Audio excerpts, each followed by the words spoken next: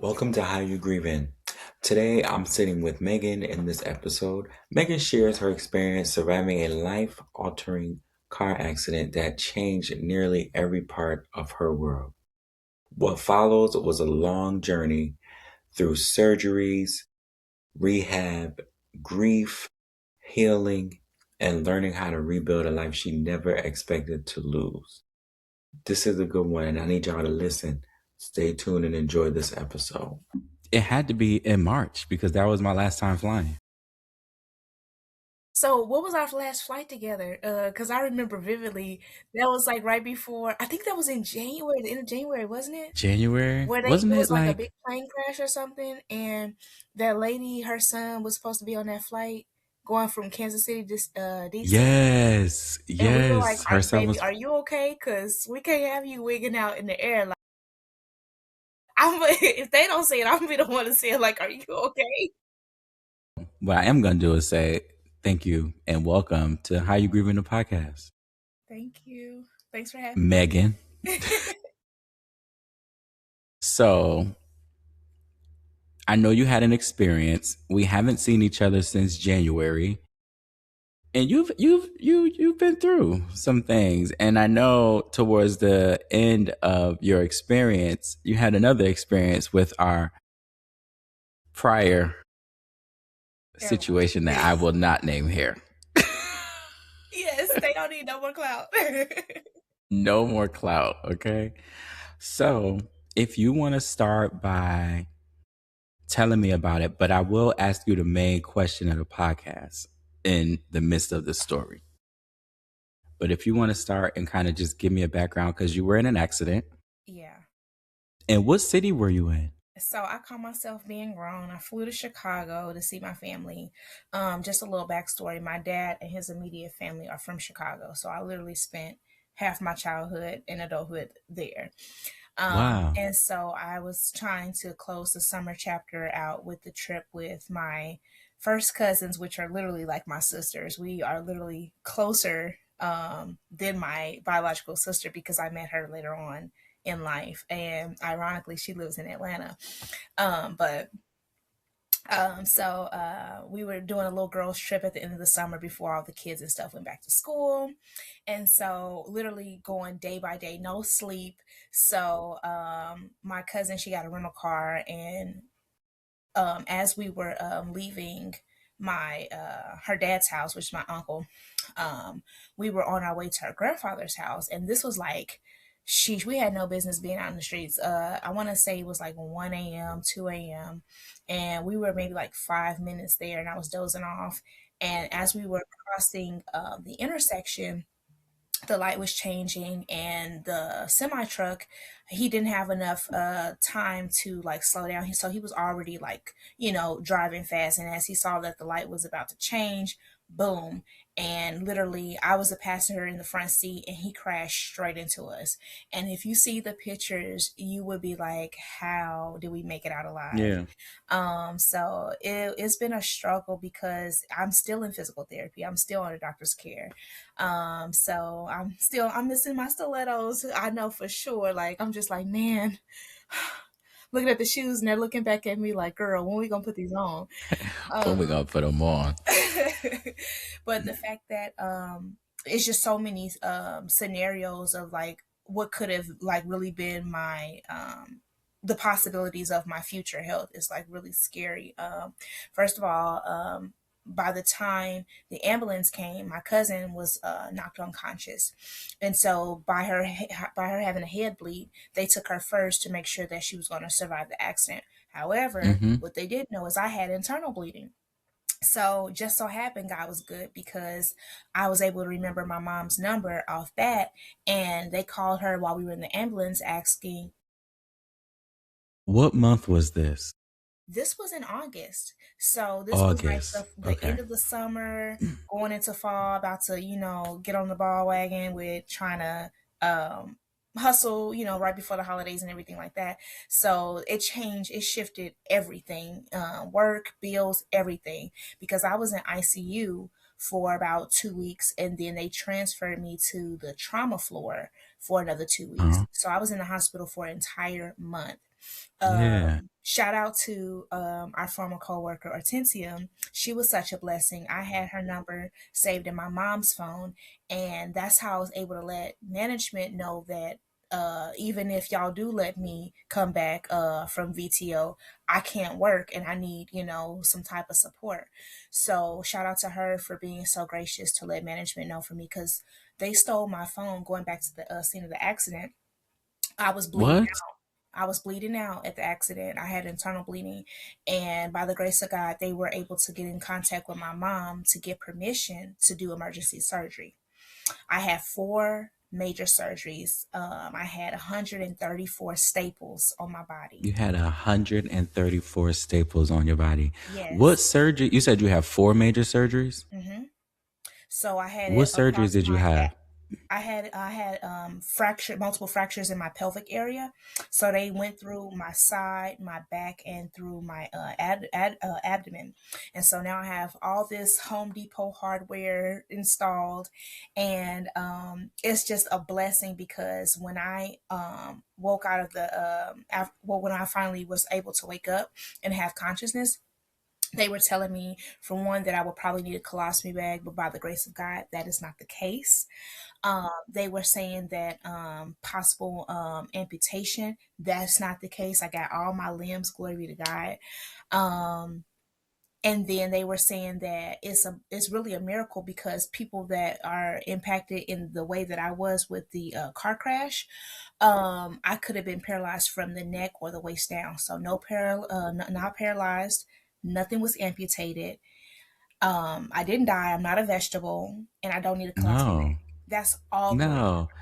The reason I asked you what month it was is because we got a text in our group chat. God. Thank God for this group chat. The people, I don't even know half the coworkers that are in this group chat. I know them, but I don't know who they are like in this chat. But thank God for them, because when I tell you we are informed, we're informed. Oh, it's from your mom. It says it was from Hortensia. I hope she don't kill me for us reading. No, this is good. This is good. She said, "Hey guys, here's an update from Megan's mom." And then this is what your mom sent, I guess, Hortensia. Hi, thank you for listening to How You Grievin. Thank you for watching How You Grievin. Also, why haven't you subscribed yet? Why haven't you liked this episode? Why haven't you commented on this episode? And why haven't you shared it yet? What are you doing? You ain't got nothing else to do. Gas prices is high, so you need to be in the house, and food costs too goddamn much for you to be outside parlaying. So you need to be in the house cooking. And while you're doing that, you could be watching this episode and clicking and doing something. Okay? Thank you for watching. I love you. Hello, everybody. My name is Melissa. And I'm Athena. And we are the proud owners of Lip Lock LLC. You can follow us on Instagram. We just are so proud and honored to be a sponsor for the My Black Selves, How You Grievin podcast. And just remember, you can follow him on TikTok and on Instagram and on YouTube. Make sure you like, share, and comment, And subscribe. and subscribe. And just know that even though you are grieving, you have a place to reach out to talk to somebody, and we are so proud of you.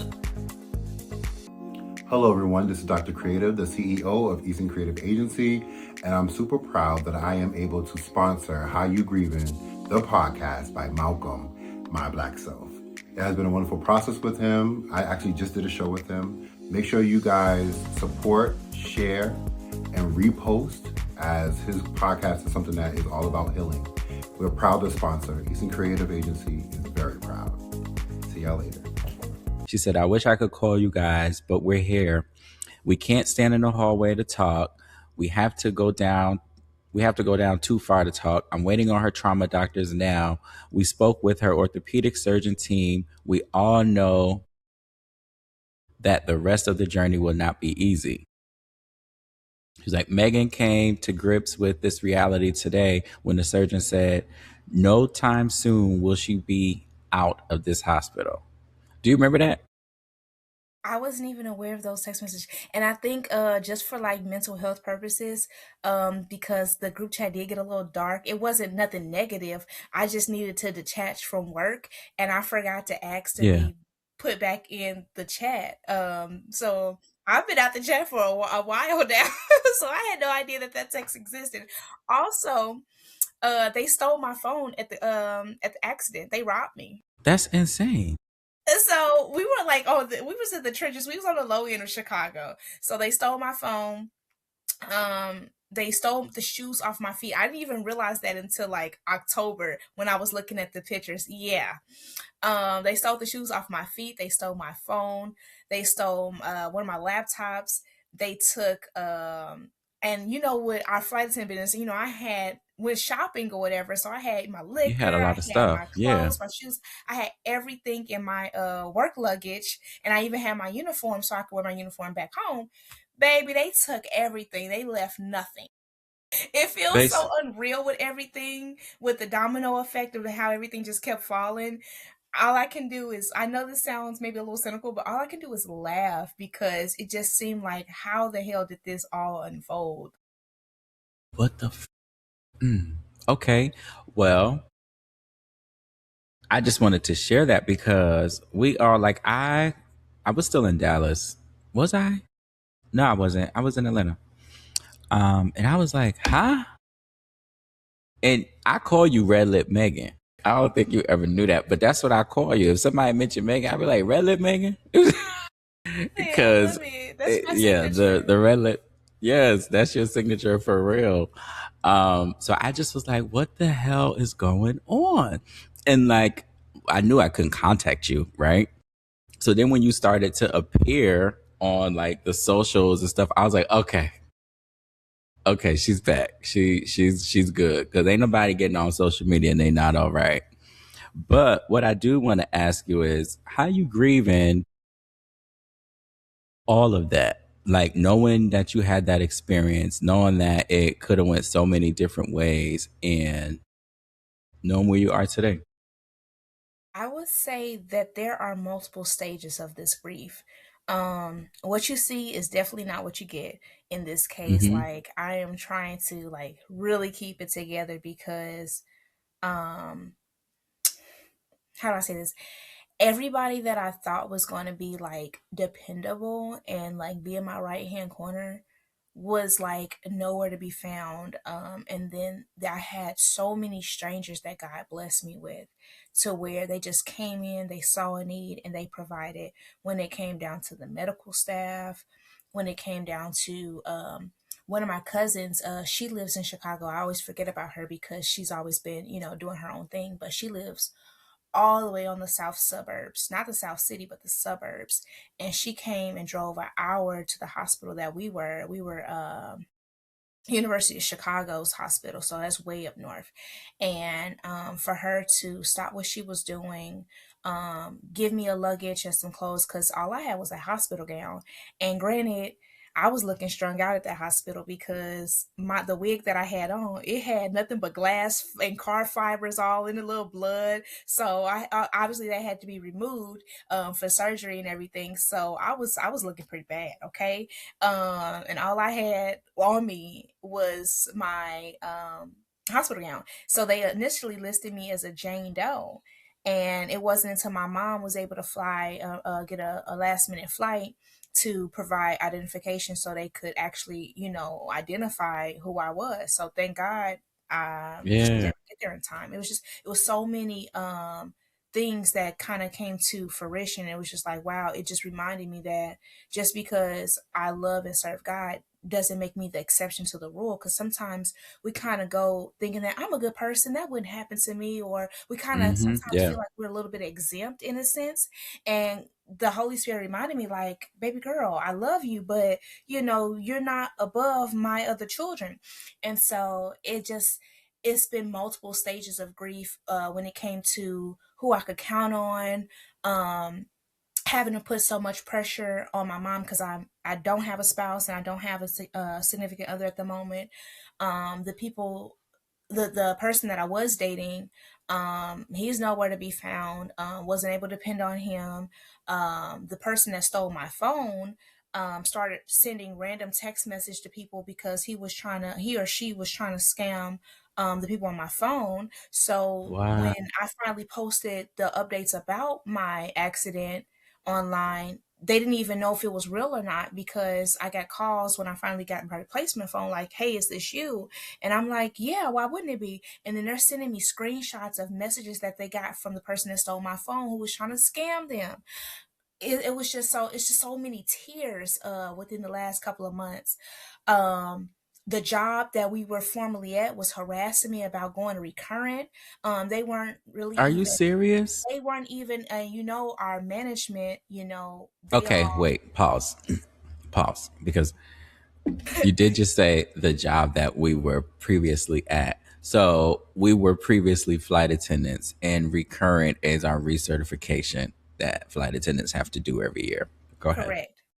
Now, mind you, as soon as or since he had let management know, the manager that was still there at the time, he informed HR and everybody, so they already knew, but the management teams in Florida weren't communicating with each other, so they kept harassing me. I kept getting emails after I got sent home from the hospital. I got emails about recurrent. I'm like, if I am on medical leave, how the hell am I going to be able to fly to do How? recurrent? I'm not even in my right mind. I barely have enough consciousness to send and reply to the emails. And then, mind you, after they shipped, so basically the hospital flew us back to Dallas. However, I went to a nursing home. So I was in a nursing home for a whole month You were in a after. nursing home? Yes, because the Okay. rehabilitation center, What? they just happen to have a really good rehab program for my needs. And so I literally was in a real legit nursing home, a Mesquite nursing home, I kid So, you not. okay. Mesquite, Texas. Yes. How was your okay? So when people hear or when I hear nursing home, I automatically think of like old women in diapers. Like, Yeah. so what was your experience at the nursing home? It felt like I was in jail. I kid you not. Because the admin are coming in and out to take me to wheel me, because I wasn't able to walk at the time. Um, I'm just now, what is this? Almost February. I'm just now gaining my strength to walk. So that just lets Wow. you know how it was deep in the trenches it was. And if I could suggest this to anybody, if you can do all you can to keep your loved ones out the nursing homes, shit is real. And I'm a young person, so I can't even imagine somebody that's permanently there, right? And so they close their eyes. The treatment for the rehab was A1. Got to give it to them. When it comes to the living experience, I felt like I was in hell. First of all, you have Hmm. um first of all, obviously it smells like pee everywhere you go, right? Now some facilities are a Okay. little bit more well kept, but this wasn't like a brand new facility. You had chipped paint, you had rust, you had, the geriatric bed, and they don't really clean their sheets like they should. They just throw, it's like the hotel, they throw the shit in the machine, and then they toss out however it come out, it come out. And some of those some sheets are so soiled to where it's hard to get those stains and Those those stains out. stenches out, no matter how much you clean it, because it's just embedded for so long. They feed you slop. Like my mom would bring my dog on the weekends, and Haley would be like, "Ruff, ruff, I ain't eating that shit." So imagine my dog.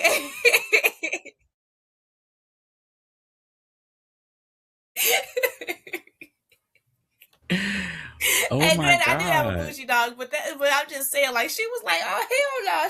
She the anytime she don't like something, she do the, and she'll walk away.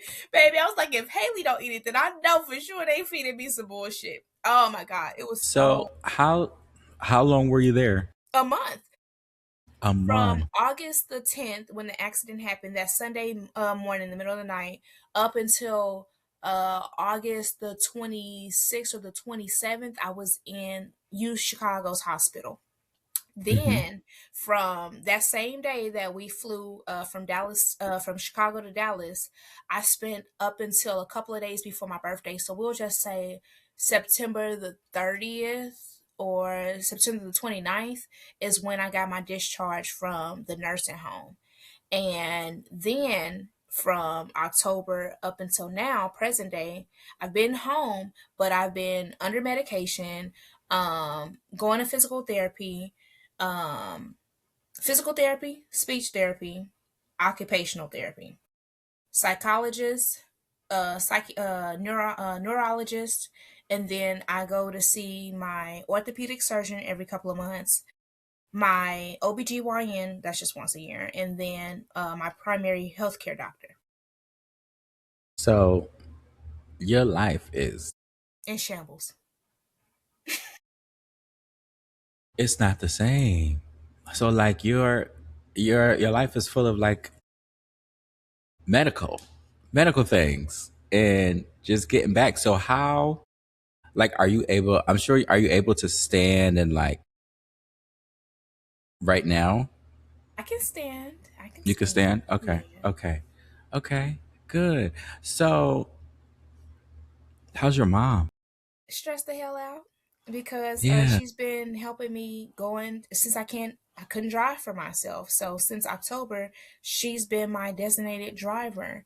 My brother, he just had a newborn, so him and his wife, they're doing their thing. But by her and I remember when I first started with the airline, we decided it was much more beneficial if Mm-hmm. we got a home together. So instead of Yep. us paying rent in two different places, I said, well, I'm never there because I'm always flying. Let's get a home together. And that's what we did. So now our bills are combined, and it's like, who's paying the bills? Because due to the current president administration, he cut out funding for her job. So she's been without a job a couple of days before the accident.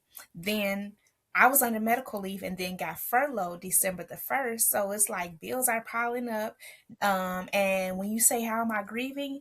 It has been like losing a loved one in a sense. You know how when someone passes away, everybody's blowing up your line, everybody's sending bouquets of flowers and cards and thinking of you text. Yep. And once And then it, like the energy, the adrenaline dies down, nobody's calling, phone is dry, nobody. no flowers, no cards, no nothing. And it's just like you're just there, you know, grieving by yourself or with, minimum help. And that's been this experience. It's like everybody was blowing, I mean, the phone was off the ringer, especially since my phone was stolen. So everybody was calling my mom and dad trying to figure out what's going on, what's going on, what's going on, what's going on. I literally had, at some point, I had to reach out to the nurse to tell them I'm not accepting any more visitors because they thought this was Club Chicago. Oh my God, they was showing up like that.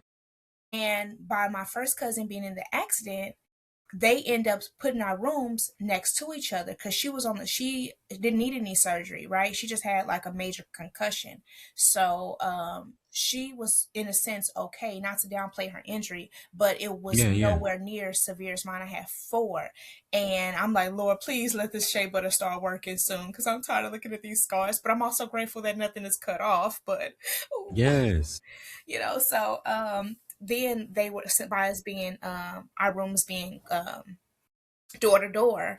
We'll just say 1301 was mine and 1302 was hers. So they were just going back and forth, back and forth. And granted, I was grateful that people came to check, but it was so overstimulating. And when I say I feel like a science experiment put on display, every day at 5 a.m. the doctors are throwing on the lights, fluorescent lights with their clipboards and 12 other medical students behind them. So we're going to do this and doing that, doing this. I was on so much medication, and then they were like, well, you can only take so much at a time, but the pain was so excruciating. I was in tears, Yeah. crying. I had no sleep for the first 2 months. I was just a Oh my walking zombie. God.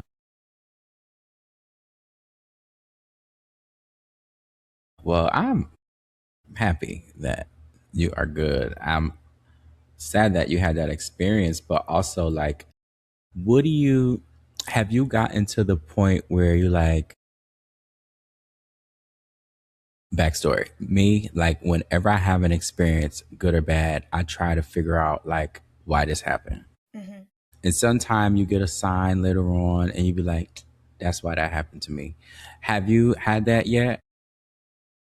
Honestly, I'm still confused.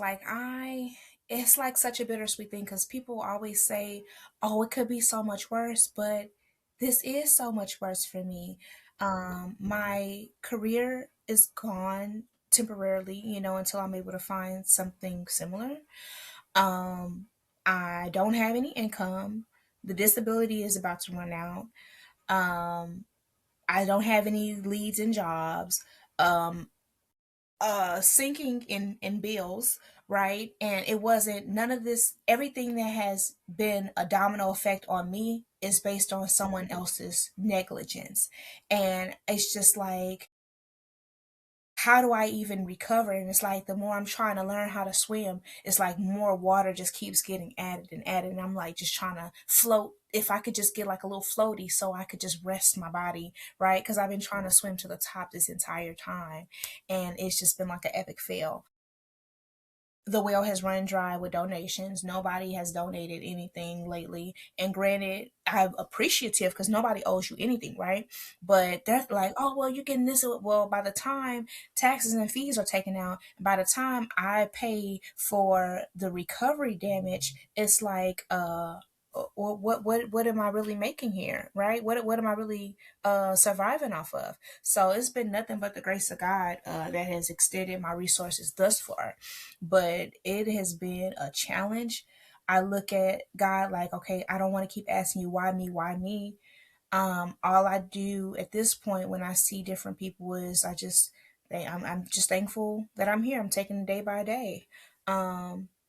Because I'm like, how could this happen to me? Like, I literally did nothing wrong. I was just a passenger. This all happened to me. And it just seemed like it got worse and worse and worse. We're talking about 24 to 27 pills a day, because I would have Dang. my routine medication, and then the pain was so excruciating, they would give me like the as needed medication. So I'm literally like taking all this medication for so we didn't I hadn't have like a blood clot. They would give me like this shot that I would have to go in my stomach, this long ass needle every day, morning and night, twice a day. It was a lot. um so I'm like, God, I don't want to keep saying why me, but I'm also like, what am I supposed to learn from this? What am I supposed to gain from this? Because all I feel is hurt, betrayal. Yeah. um uh it felt so lonely because nobody's reaching out. Everybody, people have lives, they have their obligations, People they get have back to their regular responsibility. life. Life doesn't stop because Megan had an accident. And so it was just so uh it just still feels unreal sometimes, like, what's happening here? I just feel like I'm on a standstill because I want to work. I want to, get out the house and feel normal again. And something that really just stood out to me though, um, was that, like, I really see why people in wheelchairs are angry or are mean, because Yeah. nobody caters to them. Everybody acts like they don't exist. I can literally, I can't even count how many times I was in a public space where people just brushed across my wheelchair like I didn't exist and cut me off because they're on their phone and just walking across. I'm like, hello. If I had like a little a A beeper, little like beep beep horn. beep beep, yeah, horn. Yeah. Like, you don't see me here. I know I'm not eye level, but my word, you'd be surprised how many event spaces that say that they're handicap accessible, but they're really not. And I was like, They're damn, not. I'm really glad this is not a permanent situation because it's so frustrating to have to ask permission. Hey, can you grab this for me? Hey, can you do that? Can you wheel me into this room? And I see why they be having them little gloves too, because it takes a lot of strength to wheel yourself around. So well, yeah, yeah. But just going So to like something simple like the grocery store or the mall, I gotta wait for somebody to pick my wheelchair up and then wheel me there and then put me inside the car again or the van and then collapse my wheelchair and then take me. I don't have the freedom of driving anymore, the freedom of walking to go grab this or cook for myself, just small things that we take advantage of. um yeah, just going to get your nails done don't even feel the same. Like, it's a lot. it's a lot. So what do you do to, like, I guess, kind of like stay sane, like to keep your mental where it has always been, right? This is the Megan that I know, the happy, bubbly, So how do you stay that way? Not to sound cliche, but prayer. Hmm. Um, Yeah. I listen to sermons a lot. And it's gonna sound old lady-ish, but I be doing Yeah. crosswords. Um, Okay. I look at magazines and I literally, I maybe I shouldn't consume so much social media, but I just be doom scrolling. I'm just like, oh, this looks nice, this looks cool, Yeah. and maybe that's probably not good for my mental because I be thinking about all the places that I want to go, and then when we had full access of our benefits, I was like, dang, I really could been able to go this place or that place, and then Yeah. that's another part of the grief because it's like, damn, I put in three years at this place and I really didn't go nowhere. And You now put I'm in stuck three in the house years. and still can't even go nowhere. You put in 3 years at a place that just limited like everything, all the access you had. That was, and I was thinking about you because I was like, because I knew you were in the hospital, I knew you were going through, and then I was like, furlough, how? Like, how And do this you? is mid medical leave. So now it's like I put in all this work to fight to be there, even after they harassed me about recurrent, right? So we had this big corporate meeting because they tried to write me up because they weren't communicating with each other. I kid you not. And you know who came? The first person that came to my mind was, I don't know if you remember his name, but his name was Cornell. Cornell. Yeah, that And in how they where called does he? him when he was on VTO, and Yeah. he had, all that thing, all his things going on. I Mm-hmm. now I felt like now really see where he, and unfortunately I was able to see exactly how he felt, but I'm like, damn, like y'all have this big old system where you guys are able to do individual messaging and you still aren't communicating. Like that was wild Let to me me tell you after something. management lets you know. Yeah, one thing I realized, just a side note, one thing I did realize about that company is the communication was really bad. Just from the very beginning, it was interesting to see. So, just going through something like that, I know like it had to be complicated because they are complicated in their communication, in their detail, in their direction. It's not seamless. For the lack of better words, right? It's not seamless, which is probably why they're having the experience they're having. And I am grateful for the furlough. Honestly, I am, but it's like, okay, well, what now? Like, cause I still want Yeah. to do stuff. Like, I've enjoyed my time off to reflect and to work on myself. Cause I've done a lot of journaling too. I meant to Hmm. say that too, because throughout this process of grieving with job, financials, mental, um, um, the accident and everything and the transition of will my body ever even function the same, will I be able to Yeah. have kids based on how they operated. I was scared, like, will I be able to have kids, and will I enjoy activities after this, like what is this. It was so many questions that nobody had direct answers in the beginning for. So I had my anxiety was like at an all-time high, the depression was at an all-time high, and these Yeah. are emotions that I really don't, I can't be on. I can't honestly say that I felt like that before. So it was just all of this at once. Like I never had surgery before. All to have four abruptly, in such a short time span, right? The fact that even though I was alive and in my right mind, but I had to spend my birthday and the holidays in a wheelchair. And I thank God that it was only temporary, but that was like a lot of transitioning going on up here. So yeah, I am just grateful to even be able to have this conversation with you because this is therapeutic. Because I didn't even get my first therapy session until like going into the third, almost the fourth month of the accident. Yeah. Yeah. So just to be able to cognitively hear my thoughts out loud, um, was really, therapeutic to finally get that help, that level of professional help as well. So You know, unfortunately and fortunately at the same time, it's something beautiful about having certain experiences or having said experiences and coming out on the other side and then figuring out what the hell to do as everything just like falls down and like you're jacked up, you're trying to figure out what to do. There's beauty in it though, because you're somebody else now, right? You're not the same Megan you were. You're just not going to be. On the outside, you are, but like on the inside, you're just not going to be her anymore because you've been through so many things and you're still having certain experiences. So now is the time to figure out who the new girl is, figure out what the next step is in life. And like you're working on yourself in a different way, like walking again and like you're on meds, like you're becoming a new person. So, I mean, I think that's beautiful and interesting at the same time that you have the opportunity to do that. So, keep your cool, stay calm, and keep praying because he obviously got your back if he ain't proved to you before.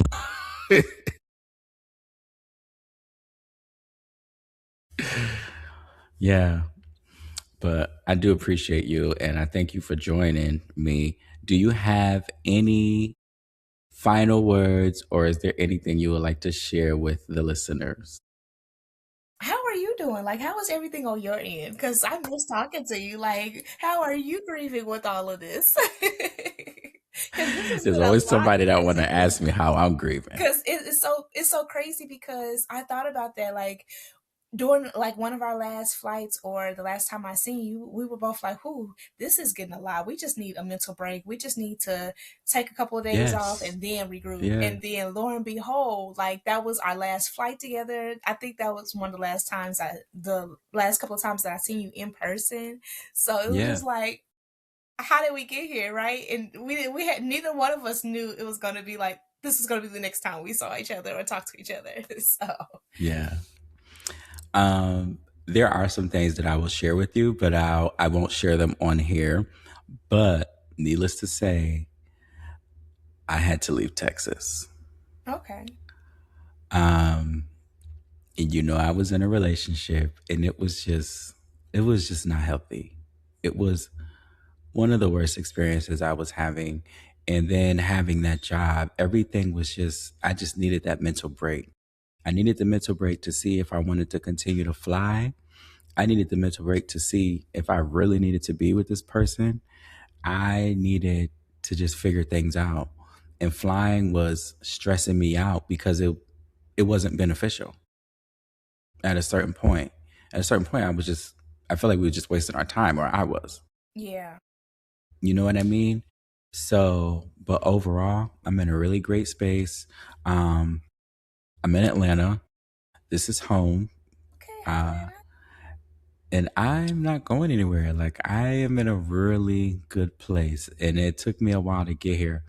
Like, I haven't been in a good place in a long time. That's awesome. That's a blessing. So, how I'm grieving, I'm cooling. I don't know if I told you, I started this podcast because my sister died in 2023 in July. That was So, right and then before I I would just started. have, yeah, I would have like random people come up to me and like tell me about people that died. And I just was like, why are people coming up to me? Like, I've always had people approach me and just tell me whatever they decide to tell me. But Hmm. it was like very intense to where like everybody I was having conversations with were telling me how they were grieving. And Yeah. I'm like, what the hell is going on? Is this some type of sign? So yeah, so that's why I started this. And it was right before, not 23, I'm sorry, 2021. I done told you it was 2 years ago. No, she's been gone for a while. But we started like the week she passed, and I remember the first graduating class was playing that goddamn Nicki Minaj and Rihanna. And I was just in class learning, and I just was crying the entire time. I said, "Really, this song right here?" I'm just bawling my So they had no idea. So oblivious.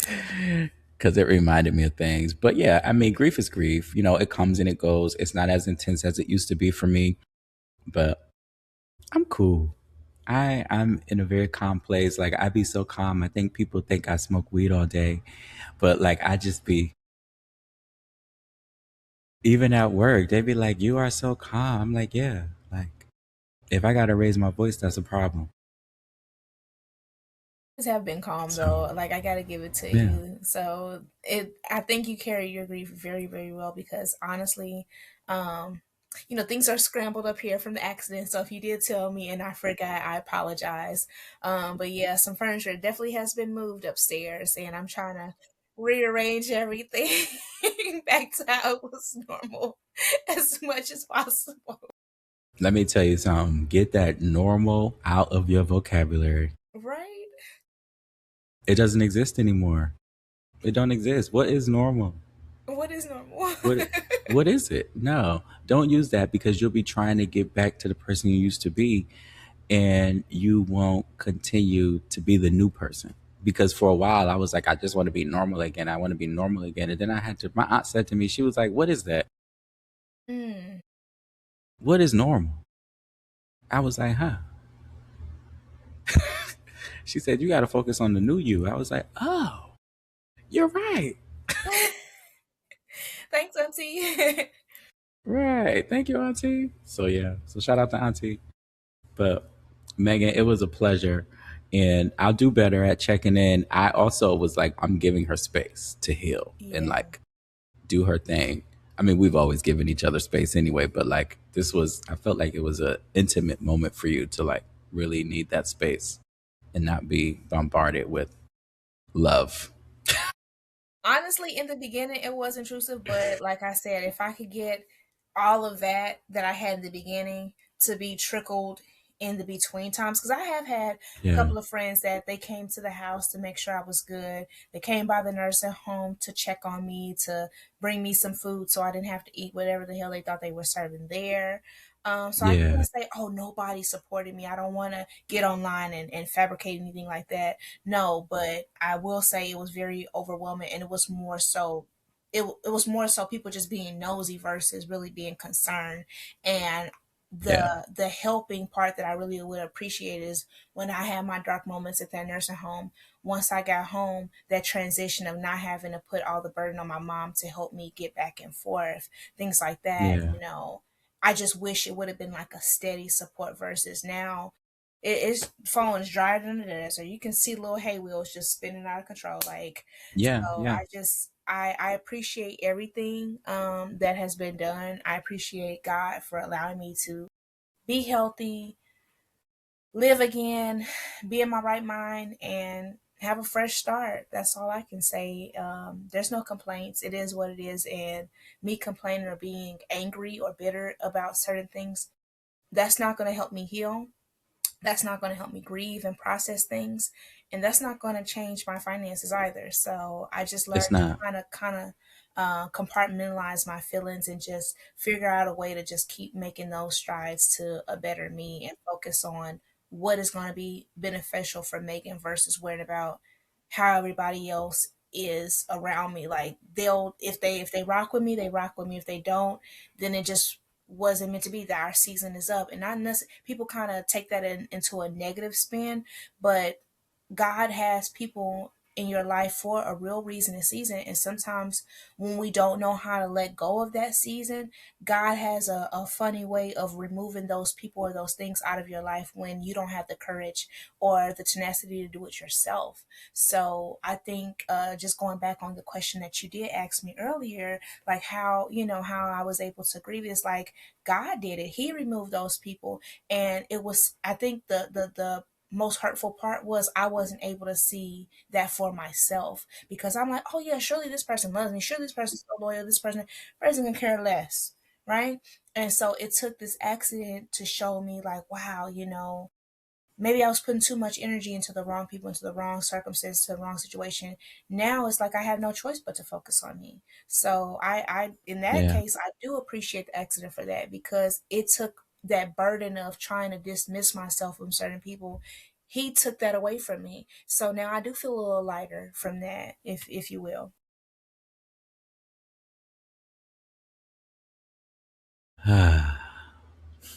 That's nice that you're able to share that, express that, and feel that way. That's very important for the listeners out there. I hope that, because some people have an experience and they go into like a really deep depression and they can't get out of it. They don't know how to come back. They continue the why me. Like, I've been around, I know people who have had those experiences and they still hold on to that pain and like that anger of like, I can't believe this happened to me and I really still got to deal with this. It's a lot So easier said than done, though. I ain't gonna lie. yeah, It is yeah, challenging, but if you wake up every day and just be like, God got you, for the people that's in your corner, be loyal to the ones that's loyal to you, and just focus on who you have now versus who you had, that makes it so much better too. And I just think, mm, like I said, I thank God. Like, it is what it is, and I'm just really just trying to stay in my word, stay uplifted in my tunes, and just focus. I don't miss any of my appointments, and it's a drive. It's like going to work almost without getting paid for it, but I make that conscious decision to just keep bettering myself.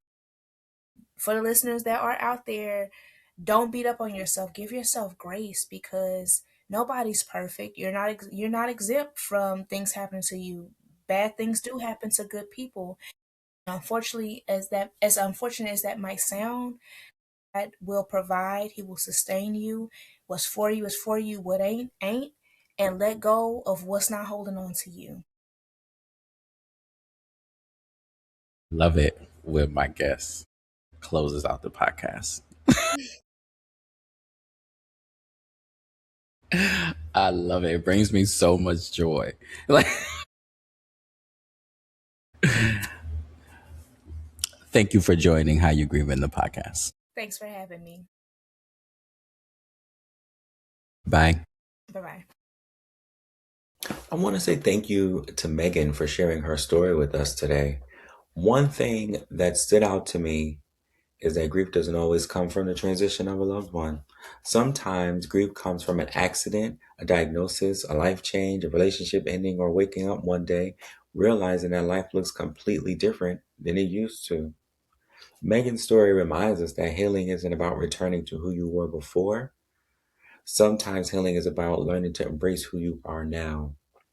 So, what I say to you is give yourself grace, honor where you are, and remember finding a new normal doesn't mean forgetting the old one or the old you. And remember, I'll see you next Sunday at 11:17 for another episode of How You Grievin'.